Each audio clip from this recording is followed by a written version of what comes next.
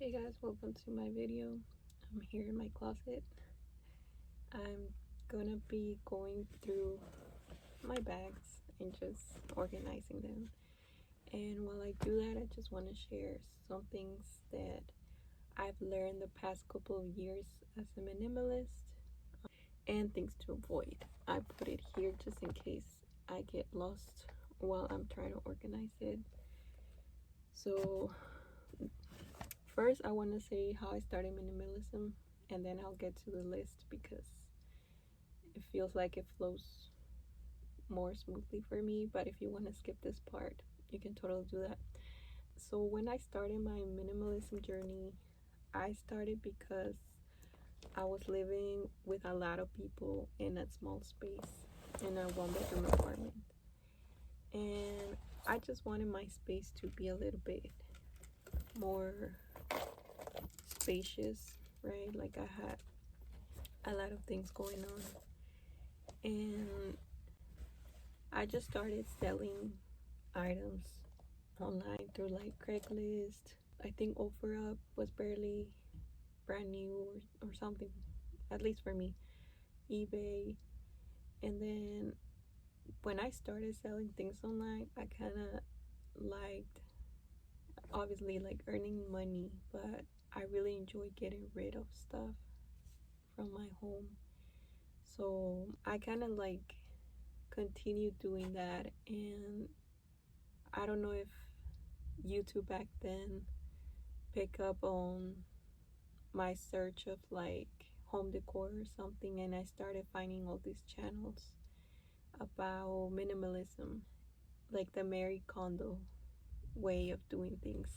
So I kind of looked into that, and I noticed like I really wanted to do that. Like I really wanted to do what Marie Kondo was doing with organizing spaces or transforming them. So it got me to pretty much start my journey, right?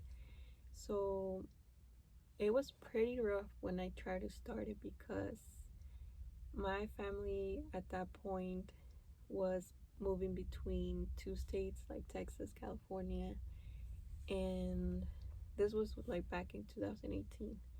So I was like, well, if anything, if I end up staying, at least I don't want to have a space that is cluttered, like, but if we do decide to move, well, I'm not gonna have that many things to take over there, so, or over here, because now I'm in Texas. So yeah, after like doing my research and all of that, I started like with the basics, right? Like getting rid of clothes, getting rid of shoes, and then later on came furniture, and then books. Because Marie Kondo has like her own way of like doing things by category, but also like you leave sentimental items to last, for last.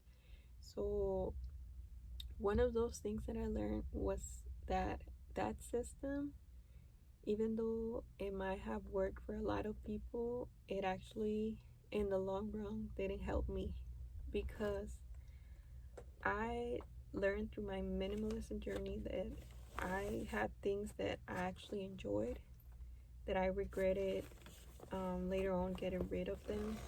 And most of that stuff was actually clothes because I didn't have like that muscle or like that decision making skills to get rid of things. So if anything, I would avoid falling for just one system. Like for me, it would have been best to start with paper, because I have a lot of paper, like paperwork from like documents, school, and just so many things that I wish I would have known this when I started. Like I did have a bookshelf, and I did got rid of a lot of books, but it wasn't like my priority. Like I saw my clothes as the number one priority to get rid of, and then I will continue with books and all of that. But again, I was going without that muscle, right? And it's something I kind of regret not knowing before. And later on, when it came to sentimental items, it was actually so easy. But I don't know if it came with time or it was because I already knew what things I wanted to hold on to and what things not. But when it came to clothes, like, yeah, I kind of didn't know, so I do regret that. Second thing was obviously like I learned to make better decisions. Like it helped me make better decisions financially, and because of that, it also helped me make a better decision of how I want my space to look, how I want to spend my time, my money, because I'm no longer going through life just falling for everything that's on my way, because I understand that things take time, as in like whatever item you have, like you have to clean it, you have to take care of it. If not, like it's just gonna be stored away, taking space, being unused, you know, and it's pretty much just gonna take up your focus by having like that item, right? So that's why I feel like it improved me to make better decisions. I put a quote about Mary Kondo. Basically, she says that Claire, wait, what? Like a tidy space can transform your life and help achieve goals, because now you kind of know what you want. You're not just scattered everywhere, you know? Because, I mean, things do help you, you know, that, like the items you wear help you feel a certain way, and that influences like your mood.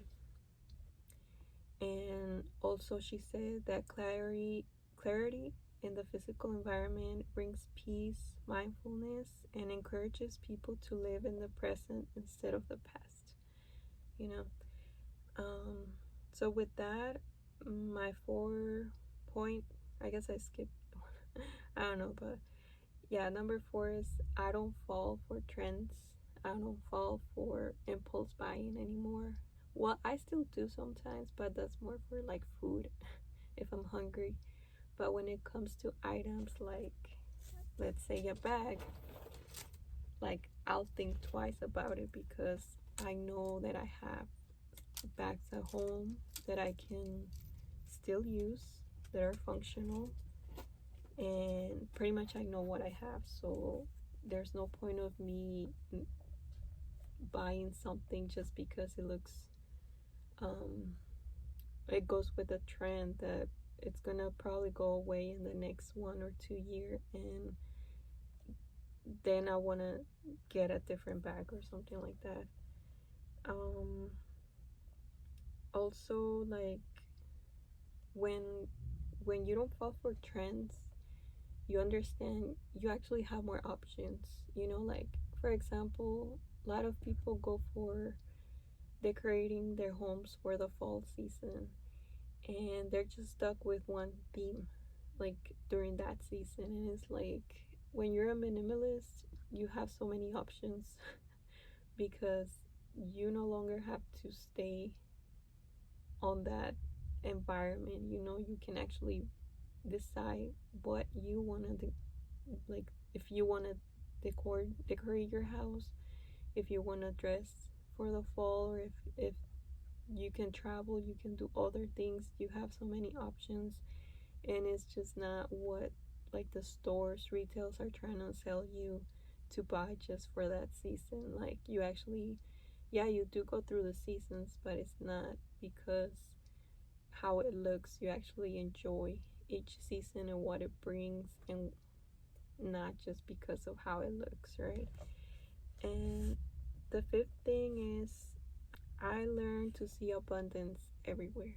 And this is a big one for me, because when you don't have a lot of things, like anything that comes your way, it's like, so you're grateful for it, you know? And when you have so many things, it's like you don't even care because you know like you'll have them coming, or you can just buy it, you know. But you value more, like abundance is other things, it's not just material things. Like you value your health, your time, and you see um, being rich or like having money as something to add on to that abundance, you know. It's not just fixation on like, yeah, I have the latest luggage, I have the latest shoes or purse, but it's like, well, I have a other kind of abundance. Like I'm healthy, I'm energized, like I can do whatever I want. Number 6, traveling has become so easy now, and I don't I don't stress about, for example, when I'm traveling, I know what I have, what I bring, and I don't stress if I ended up buying something that I could probably left behind, because that happens sometimes. But I actually enjoy if I find something that I needed wherever I'm traveling, I'll actually enjoy buying it because I'll know it was for a purpose, and maybe later on I could use it again or resell it or something. So yes, like you enjoy pretty much the moment. Number 7 is cleaning has become more enjoyable because I spend less time cleaning and organizing. So I would say I usually, yeah, I've been living in apartments for the past 10 years. So usually like 1-2 bedrooms at the most. And I remember when I did a deep clean on my 2-bedroom apartment, it took me probably like 2 entire days to finish the entire place. And that was about 2 years ago. And now that I'm living in a 1-bedroom apartment and I'm living by myself, and I got rid of, I would say, like 80% of my things, it takes me a deep clean about like 12 hours at the most. Like that's not including laundry because that has its own day, but like less than 12 hours. Like I don't spend that much doing a deep clean. And what else? My home is organized most of the time. Like I'm here organizing bags that I still don't know why I like to keep them. Well, they're useful when I travel. Oh, and yeah, also it's so easy to put things away because I have a space for everything. Like everything has its own home. Like for example, the blankets, I know where to find them. I know where to put my bag. I know where to find my bag. So whenever it's out of place, like the first place I will look will be right here in the closet, and that just saves me time because I'm not looking around, I'm not losing things. Like I always know where things are at because I don't have that many things, and my memory can actually remember what I do have.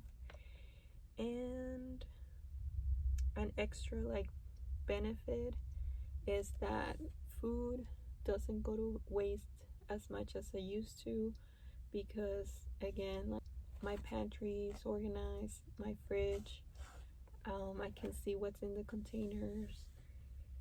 And yeah, I think that's it. So for the most part, I do enjoy being a minimalist.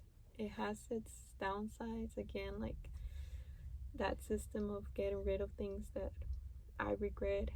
But for the most part, I think it has more benefits than anything else. And yeah, I hope you guys like this video.